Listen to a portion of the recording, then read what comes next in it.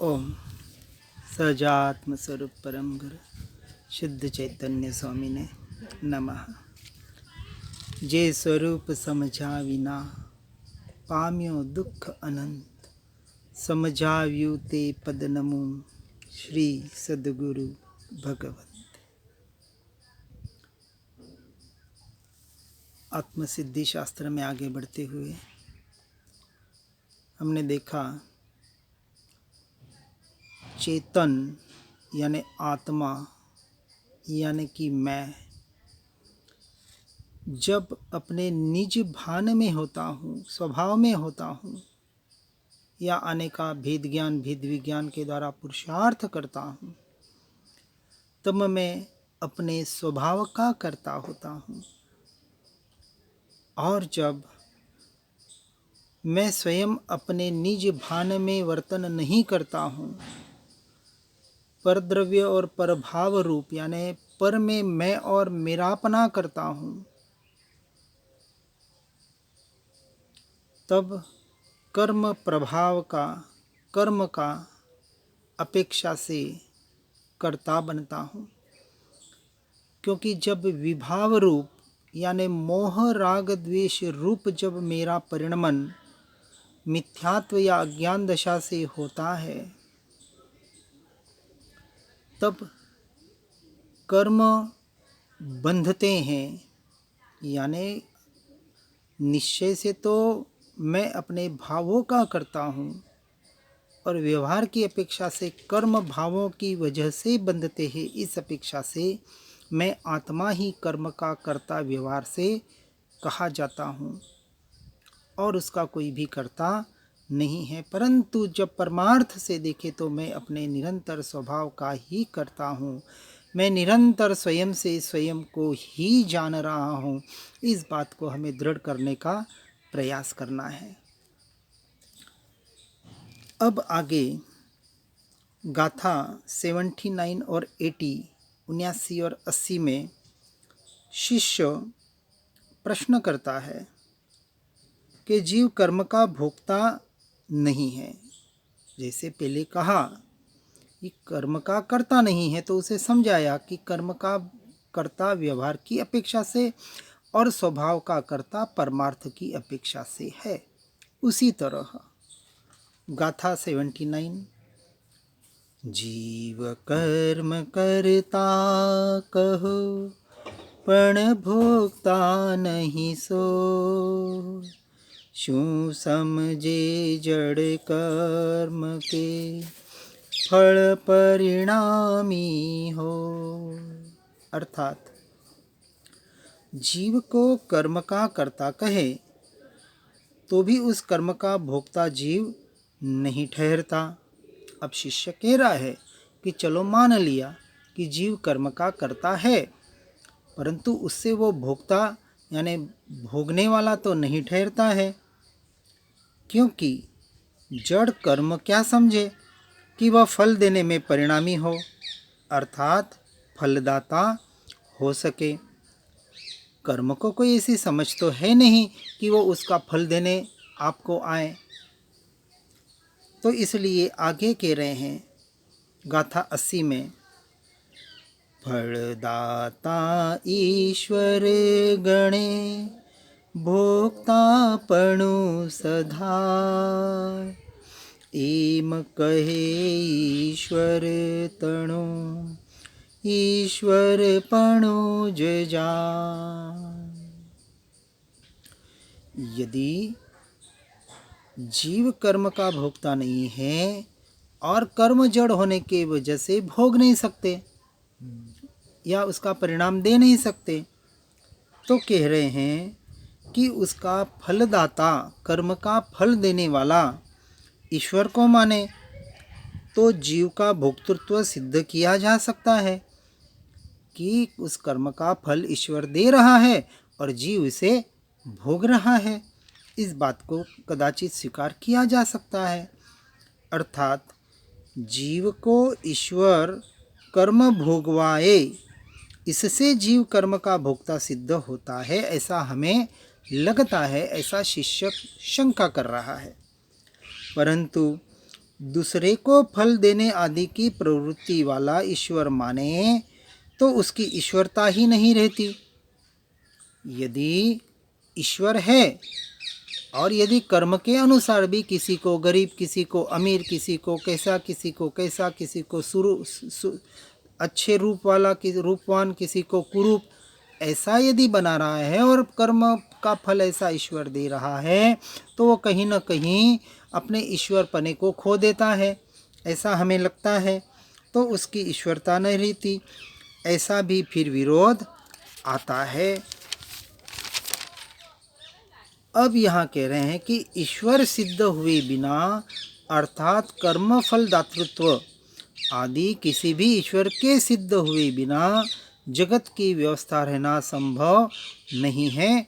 ऐसे अभिप्राय के विषय में निम्नलिखित विचारणीय है। अब इस पर आगे एक विचार हम कर सकते हैं। ऐसा भी साथ में कह रहे हैं कि यदि कर्म के फल को ईश्वर देता है ऐसा माने तो इसमें ईश्वर की ईश्वरता ही नहीं रहती, क्योंकि दूसरे को फल देने आदि के प्रपंच में प्रवृत्ति करते हुए ईश्वर को देह आदि अनेक प्रकार का संग होना संभव है और इससे यथार्थ शुद्धता का भंग होता है। यदि ईश्वर मनुष्यों के या सारे जीवों के कर्मों के फल देने बैठे तो फिर उसको तो दूसरा कोई काम ही नहीं रहा, क्योंकि अनंत जीव है और अनंत कर्म बंध हो रहे हैं। जैसे हम अपने एक जीव की भी बात करें कि एक इस जीव ने, इस आत्मा ने अनंत भव किए हैं, 84 लाख योनियों में भटक कर आया है। अब एक ही जीव ने अनंत भवों में अनंत कर्म बांधे हैं। अब कौन कौन से फल कब कब देगा, और ऐसे अनंत जीव हैं। अब ऐसे यदि काम करने बैठे तो फिर ईश्वर को दूसरा कोई काम ही नहीं रहे। और ऐसा यदि काम वो करे तो देह आदि अनेक प्रकार का संग होना भी संभव है और उससे यथार्थ शुद्धता का भंग होता है। तो फिर ईश्वर में शुद्धपना कैसे रहे? देह धारण करके आना पड़ेगा। हाँ, तो इस बात से यह भी एक शंका होती है। और आगे कहते हैं कि मुक्त जीव जैसे निष्क्रिय है अर्थात प्रभाव आदि का कर्ता नहीं है, और यदि प्रभाव आदि का कर्ता हो तब तो संसार की प्राप्ति होती है। अब यहाँ हम क्या कह रहे हैं? अभी जो उपदेश दिया जा रहा है वो क्या दिया जा रहा है कि यदि तू मुक्त बनना चाहता है और यदि जीव मुक्त ही है तो निष्क्रिय है, कोई क्रिया करता ही नहीं। अभी हम इस छद्मस्त यानी हम संसारी जीवों की बात कर रहे हैं कि संसारी जीव भी परमार्थ की अपेक्षा से सिद्ध स्वरूप है, ब्रह्म स्वरूप है, यानी निष्क्रिय है। यदि सिर्फ संसारी जीवों को ही निष्क्रिय माना जाए और संसारी जीव भी परमार्थ से प्रभाव आदि का कर्ता नहीं है, और यदि प्रभाव आदि का कर्ता होता है तो संसार की प्राप्ति करता है। कौन? यह संसारी जीव। तो क्या ईश्वर ऐसे कर्म का कर्ता बनते बनते, लोगों के कर्म बांटते बांटते फिर उसका संसार ज़्यादा या हमारा संसार ज़्यादा? जब हम ही मुक्त भाव में हैं तो फिर ईश्वर भी मुक्त भाव रूप होना चाहिए। और यदि वो किसी को कर्म देता लेता है तो फिर वो मुक्त कैसे हुआ? वो बंधा हुआ है उन क्रियाओं से। इसलिए ईश्वर भी दूसरे को फल देने रूप आदि क्रिया में प्रवृत्ति करें तो उसे भी प्रभाव आदि के कर्तृत्व का प्रसंग आता है और मुक्त जीव की अपेक्षा उसका न्यूनत्व ठहरता है। तो यदि कहें कि अहम ब्रह्मास्मि, मैं ब्रह्म स्वरूप हूँ, तो परमात्मा भी तो ब्रह्म ही है। और जो ब्रह्म स्वरूप है और जो अपने में ही है और जो निष्क्रिय है तो वो दूसरे को फल देने में और लेने में कहाँ बैठेगा? और बैठता है तो उसका ईश्वरपना सिद्ध नहीं होता है। तो उस जीव का, उस परमात्मा का न्यूनत्व ठहरता है। और इससे तो उसकी ईश्वरता का ही उच्छेद करने जैसी स्थिति होती है। बिल्कुल सीधी सी बात सामने बता रहे हैं। तो इससे अब हम क्या निष्कर्ष लगाए? और आगे बताते हैं कि फिर जीव और ईश्वर का स्वभाव भेद मानते हुए भी अनेक दोषों का संभव है। यदि जीव और ईश्वर, जीव यानी हम संसारी जीव, आत्मा, और वो ईश्वर यानी परमात्मा, यदि आत्मा और परमात्मा दोनों में यदि भेद है तो स्वभाव का भेद मानना पड़ेगा। कि यहाँ तो कह रहे हैं कि जीव निष्क्रिय है, मुक्त जीव है, जीव पर का कर्ता भोक्ता नहीं है। यदि ऐसा ही स्वीकार किया जाए तो ईश्वर तो संपूर्णतः कर्ता भोक्तृत्व से रहित होना चाहिए, और नहीं है तो स्वभाव का भेद मानना पड़ेगा। फिर मनुष्य श्रेष्ठ या ईश्वर श्रेष्ठ? और इस अपेक्षा से देखें तो फिर हम मनुष्य श्रेष्ठ हो गए, और मनुष्य श्रेष्ठ है तो ईश्वर हमारे से श्रेष्ठ कैसे हुआ? और फिर हम उसकी फिर पूजा पाठ ही क्यों करें? तो बहुत से प्रश्न यहाँ, बहुत अनेक दोषों का आना संभव लगता है। इसलिए दोनों को यदि चैतन्य स्वभाव माने तो दोनों समान धर्म के कर्ता हुए। अब यदि परमार्थ की दृष्टि से देखें कि मैं आत्मा भी परमात्मा स्वरूप हूँ और वो तो परमात्मा है ही है, तो मैं परमात्मा स्वरूप हूँ तो स्वभाव की अपेक्षा से मैं भी परमात्मा हुआ। और मैं यदि परमात्मा हूँ और मैं कुछ नहीं करता तो ईश्वर कहाँ से कुछ करेगा? तो कुछ कर ही नहीं सकता वो। इसलिए उसमें ईश्वर जगत आदि की रचना करे अथवा कर्म का फल देने रूप कार्य करे और मुक्त गिना जाए। यदि मैं अपने आप को मुक्त मानकर उस मुक्ति को पा सकता हूँ, परमात्मा पद को पा सकता हूँ, तो जिन्होंने परमात्मा पद ऑलरेडी पाया है वो इन बाहर के उलझनों में क्यों उलझेंगे? अर्थात नहीं उलझने चाहिए। और कर्म का फल देने रूप कार्य करे और मुक्त गिना जाए, और जीव एकमात्र देह आदि सृष्टि की भी रचना करे और अपने कर्मों का फल पाने के लिए ईश्वर का आश्रय ग्रहण करे तथा बंधन में माना जाए, यह बात यथार्थ मालूम नहीं होती। और ऐसी विषमता कैसे संभवित हो? अब जीव को शंका हो रही है कि यदि कोई कहे कि ईश्वर कर्ता धर्ता है, और यदि कोई ईश्वर के पे आधारित है कि ईश्वर कृपा करेगा, मेरा काम करेगा, मेरे सुख और दुख का कारण ईश्वर है, तो क्या ईश्वर कर्मों के आधार पर कहें या कैसे भी कहें, या सुख या दुख देता है? या हमारे कर्मों का क्या वो हिसाब किताब रखता है? तो इस बात पे हमें तो शंका लगती है। और यदि वो ऐसा कर रहा है और ईश्वर आश्रय ग्रहण करे और बंधन में माना जाए तो ऐसा कुछ भी यथार्थ मालूम नहीं होता। ऐसी हमें विषमता लगती है, और ऐसी विषमता कैसे संभवित है इस बात का हमें खुलासा करके बताइए, ऐसा शिष्य गुरु को कह रहा है। फिर और आगे शिष्य कह रहा है, फिर जीव की अपेक्षा ईश्वर की सामर्थ्य विशेष माने तो भी विरोध आता है, क्योंकि ईश्वर को शुद्ध चैतन्य स्वरूप माने तो शुद्ध चैतन्य ऐसे मुक्त जीव में और उसमें भेद नहीं आना चाहिए। जीव यानी हम संसारी जीवों की अपेक्षा ईश्वर के सामर्थ्य को हम विशेष माने तो भी विरोधाभास आता है, क्योंकि हम मुक्त जीव बता रहे हैं, हम ब्रह्मास्मि कह रहे हैं, और फिर दूसरी तरफ ईश्वर को मान रहे हैं मैं परमात्मा स्वरूप हूँ और मैं ही परमात्मा हूँ। तो इसमें बाहर का ईश्वर और परमात्मा कहीं भी बीच में नहीं आता है, और ऐसा कोई सामर्थ्य माने तो भी विरोध आता है। और ईश्वर को शुद्ध चैतन्य स्वरूप माने तो शुद्ध चैतन्य ऐसे मुक्त जीव में यानी ऐसे परमात्मा में और उसमें भेद नहीं आना चाहिए। यानी जो मुक्त जीव है और जो परमात्मा कहलाते हैं उन दोनों में तो भेद आना ही नहीं चाहिए। और ईश्वर से कर्म का फल देने आदि के कार्य नहीं होने चाहिए, अथवा मुक्त जीव से भी वे कार्य होने नहीं चाहिए। ऐसा हमें लगता है, ऐसा शिष्य कह रहा है कि ईश्वर कर्म का फल देने आदि के कार्य तो नहीं करता है, ऐसा हमें लग रहा है। परंतु यदि मैं जीव मुक्त ही हूँ तो मेरे से भी ऐसे कार्य नहीं होने चाहिए।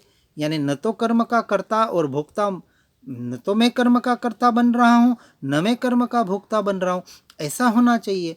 तो मैं अपने आप को मुक्त मान सकता हूँ इस वक्त, और मैं अपने आप को मुक्त मान सकता हूँ और मैं परमात्मा स्वरूप अपने आप को मान सकता हूँ, तो परमात्मा तो ऑलरेडी मुक्त ही होने चाहिए। तो वो किसी का क्या करे और क्यों करे,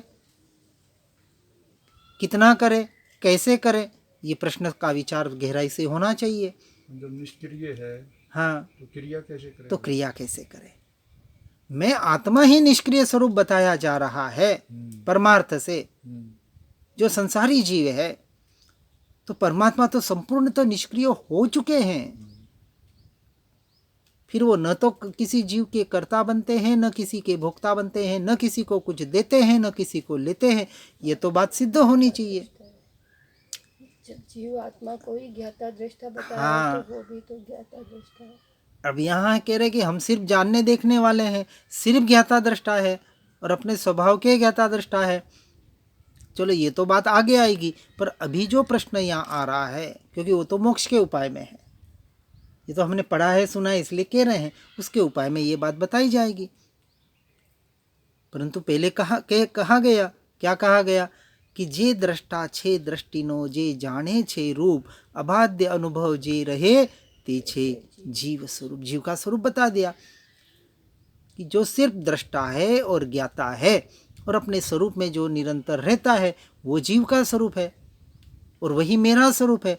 और मेरा ही स्वरूप सिर्फ ज्ञाता दृष्टा है, अपने स्वरूप में रहने का मेरा स्वभाव है। तो परमात्मा तो निरंतर अपने स्वभाव में ही रहने चाहिए, वो पर में कैसे जाए। इसलिए यदि ईश्वर को अशुद्ध चैतन्य स्वरूप माने तो संसारी जीवों जैसी उसकी स्थिति ठहरे। यदि ईश्वर कुछ करता धरता है, कुछ देता लेता है, तो वो भी संसारी हो गया। फिर ईश्वर जो हम कर रहे हैं वही वो कर रहा है। किसी का हित करना या किसी का अहित करना, अहित करने से पाप लगता है और हित करने से पुण्य लगता है।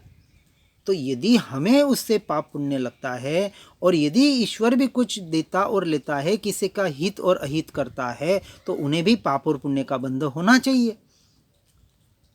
क्योंकि प्रकृति का नियम हमारे लिए और ईश्वर के लिए कोई अलग तो नहीं है, क्योंकि वो भी जीव है, हम भी जीव है, वो भी आत्मा है, हम भी आत्मा है। वो तो कर्मों के फल देने की बात है, वो कर्म थोड़ा ही कर रहा है ईश्वर, अगर मानने कोई। कर्म का फल दे रहा है तो करता हुआ ना। कर्म का फल देने का मतलब क्या हुआ? करता हुआ। और फिर करता है तो फिर कर्म बीच में कहाँ आया?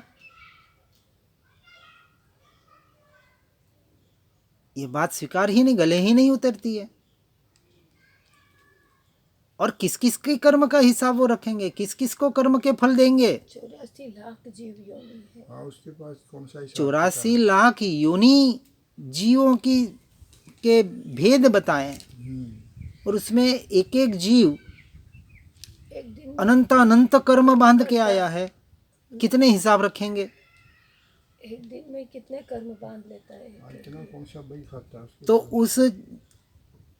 तो उनकी स्थिति अशुद्ध चैतन्य स्वरूप मानी जाए कि निरंतर वो दूसरों का ही काम कर रहे हैं, खुद का क्या काम कर रहे हैं। फिर अपने स्वरूप में कहाँ है, अपनी आत्मा में कहाँ है। तो उनकी भी संसारी जीवों जैसी स्थिति ठहरे कि चलो इसने खराब कर्म किया, इसको खराब फल दो। हम भी वही कर रहे हैं कि जिसने मेरा अहित किया उससे मैं दुश्मनी बांध के उसका भी अहित करने का प्रयास करूं। उसको भी नीचे खींचने का प्रयास करूं। जनरली संसार में हम यही करते हैं, दुश्मनों से दुश्मनी जैसा व्यवहार, मित्रों से मित्रों जैसा व्यवहार करते हैं, अच्छे से अच्छा व्यवहार करते हैं, तो फल ही दे रहे हैं ना हम उसको एक अपेक्षा से। इसने मेरे साथ अच्छा किया, चलो मैं भी इसके साथ अच्छा रहूं, इसने मेरा बुरा किया, मैं भी इसके साथ बुरा रहूं, तो इनडायरेक्टली हम ही उसको फल दे रहे हैं। इस बात पे गहराई से विचार करने जैसा है।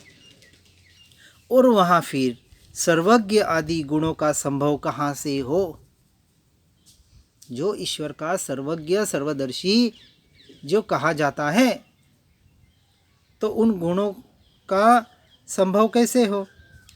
अथवा देहधारी सर्वज्ञ की भांति उसे भी देहधारी सर्वज्ञ ईश्वर माने तो भी सर्वकर्म फल दातृत्व स्वरूप विशेष स्वभाव ईश्वर में किस गुण के कारण मानना योग्य हो?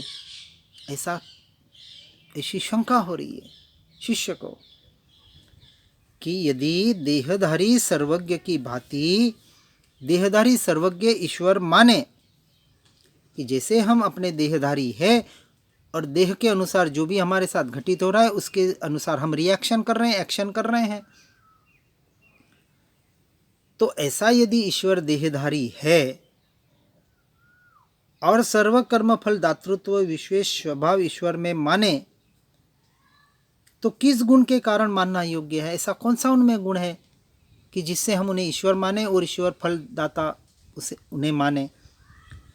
और देह तो नष्ट होने योग्य है। यदि हम देहधारी हैं और हमारा देह नष्ट होता ही होता है, आज हम जहां भी देख रहे हैं किसी का देह आज दिन तक शाश्वत नहीं रह पाया, और यदि ईश्वर देहधारी है तो ईश्वर का देह भी शाश्वत नहीं रहेगा।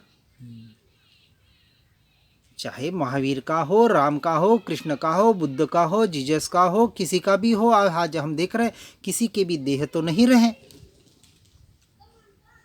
और देह नहीं रहे तो देह तो नष्ट हुए, और देह नष्ट हो जाए तो इससे ईश्वर की भी देह नष्ट हो जाए, और वह मुक्त होने पर कर्मफल दातृत्व उसमें रहे ही नहीं, इत्यादि अनेक प्रकार से ईश्वर को कर्म फल दातृत्व कहते हुए दोष आते हैं, और ईश्वर को वैसे स्वरूप से मानते हुए उसकी ईश्वरता का उत्थापन करने के समान होता है।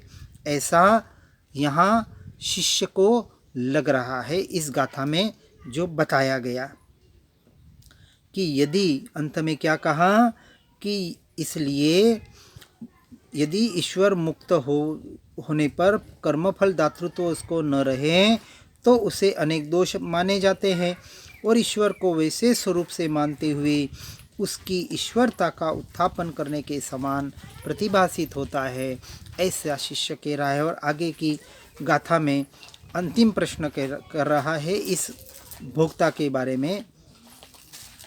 ईश्वर सिद्ध थया विना जगत नियम नहीं हो, पछी शुभाशुभ कर्मना भोग्य स्थान नहीं को।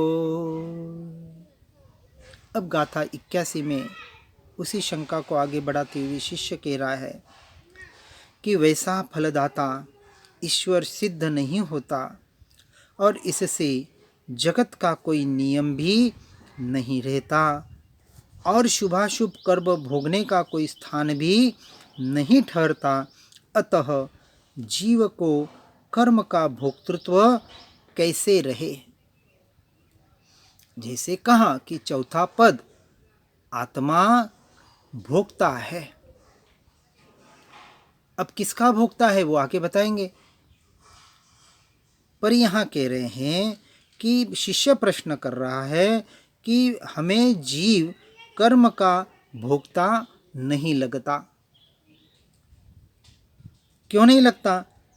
क्योंकि फलदाता ईश्वर सिद्ध नहीं होता ऐसा तो हमें लग रहा है, तो कर्म का फल ईश्वर तो नहीं दे रहा है, यानी आत्मा भोग नहीं रहा है, और इससे जगत का कोई नियम भी नहीं रहता है, और शुभाशुभ कर्म भोगने का कोई स्थान भी नहीं ठहरता है। आप जिसे स्वर्ग नरक कहते हैं, शुभ और अशुभ कोई स्थान कहते हैं कि शुभ करे पुण्य करे तो स्वर्ग आदि मिलेगा, अशुभ करे पाप करे तो नरक आदि मिलेगा। तो इसको हम कैसे माने? क्योंकि जब जीव कर्म का भोक्ता ही नहीं है तो उसको उसके अनुरूप फल भी मिलने जैसा नहीं है, ऐसा हमें लगता है। ऐसा शिष्य यहाँ प्रश्न कर रहा है। तो इस बात को हमें यथा योग्य समझकर गुरु उस पर क्या अपने विचार बताते हैं, उस शिष्य को किस तरह से समझाते हैं, इस बात को आगे की गाथाओं में समझाने का प्रयास किया गया है। अब यहाँ समाधान सद्गुरु उवाच में कहते हैं कि जीव को अपने किए हुए कर्मों का भोक्तृत्व है, इस प्रकार सद्गुरु समाधान करते हैं। शिष्य कह रहा है कि हमें जैसे कर्ता नहीं लगता था, तो आपने समझाया कि कर्ता किस प्रकार से है, तो अब हमें लग रहा है। चलो, आत्मा है मान लिया, आत्मा नित्य है यह भी मान लिया, आत्मा करता है व्यवहार की अपेक्षा से कर्म का और स्वभाव की अपेक्षा से अपने स्वरूप का, यह भी स्वीकार कर लिया। तो अब चौथी शंका आती है कि आत्मा कर्म का भोक्ता कैसे हुआ? जो कर्म जीव ने पूर्व भव में बांधे, चाहे पाप के हो चाहे पुण्य के हो, वो सारे उदय में भी आ रहे हैं, लेकिन उसका भोक्ता हम जीव को कैसे माने? हम मानने को तैयार नहीं हैं। आप हमें उसका उपाय बताएं, उसका कारण बताएं, तो हम उसे मान सके। आज दिन तक जीव ने यथा योग्य स्वरूप को नहीं जानने की वजह से जैसा स्वरूप है वैसा जाना और माना नहीं है, और इसी वजह से जीव 84 लाख योनियों के इस संसार रूपी इस भवसागर में भटक रहा है, निरंतर कर्मों का कर्ता और भोक्ता बनकर। और इसके ऊपर अब चौथे इस बात में, इस प्रश्न पर कि जीव किस अपेक्षा से कर्म का भोक्ता है और किस अपेक्षा से कर्म का भोक्ता नहीं है, इन दोनों पर विशेष यहाँ प्रकाश डालने का प्रयास करेंगे। इसको हम आगे देखेंगे। हर बात को सुनकर समझकर उस पर जरूर विचार करें। सिर्फ अपने मत, कुल, परंपरा, धर्म के आग्रहों के आधार पर यदि बैठे रहेंगे तो हम कहीं न कहीं अटक जाएंगे। कहीं भी जो बात कहने में आती है, हो सकता है विरोधाभास आ सकता है, लेकिन जो योग्य जीव होते हैं उस विरोधाभास में, उन वाद विवाद में न पड़ते हुए वास्तविक उन पर विचार करते हैं, उस सत्य तक पहुंचने का प्रयास करते हैं, और हमारे में अपने स्वयं में जो जो दोष रहे हुए हैं, कमियां रही हुई है, वो कमियां मत संप्रदायों के आग्रह के बगैर जो स्वीकार कर लेते हैं और उनकी कमियां निकल कर वो अपने जीवन में आगे बढ़ सकते हैं। इसलिए जिन्हें जीवन में आगे बढ़ना है उन्हें अपने मत, कुल, संप्रदाय के आग्रहों में न अटक कर सत्य स्वरूप क्या है, क्या बताया जा रहा है, इस पर विशेषता से विचार करके अपने जीवन को परिवर्तित करने का प्रयास करना ही पड़ेगा। और यदि करता है तो आगे बढ़ सकता है, और नहीं करता है तो अपने मत, कुल, परंपरा पे आग्रहों में, जिसे हम कहते हैं कि मताग्रह, कदाग्रह, दुराग्रह, परिग्रह, ये बाहर के आग्रह, और सबसे बड़ा आग्रह सत्याग्रह भी उस जीव को मार्ग में यानी मुक्ति के मार्ग में आगे बढ़ने में रुकावट बन सकता है। जिसे रुकना है वह भले अपने संप्रदाय के अनुसार, मत के अनुसार चले, लेकिन जिसे निर्बाध अपने इस मोक्ष मार्ग में, मुक्ति मार्ग में आगे बढ़ना है, उसे यथा योग्य स्वरूप को समझकर आगे बढ़ने का प्रयास अपने विचार के आधार पर करना ही पड़ेगा। और उसके लिए उसको यथार्थ स्वाध्याय और सत्संग की बहुत ज़रूरत है। हर जीव सुनकर समझकर अपने जीवन को परिवर्तित करने का प्रयास करे। इसी भावना के साथ ओम नमः। सुख धाम अनंत सुसंत चहि, दिन रात रहे तद ध्यान महि।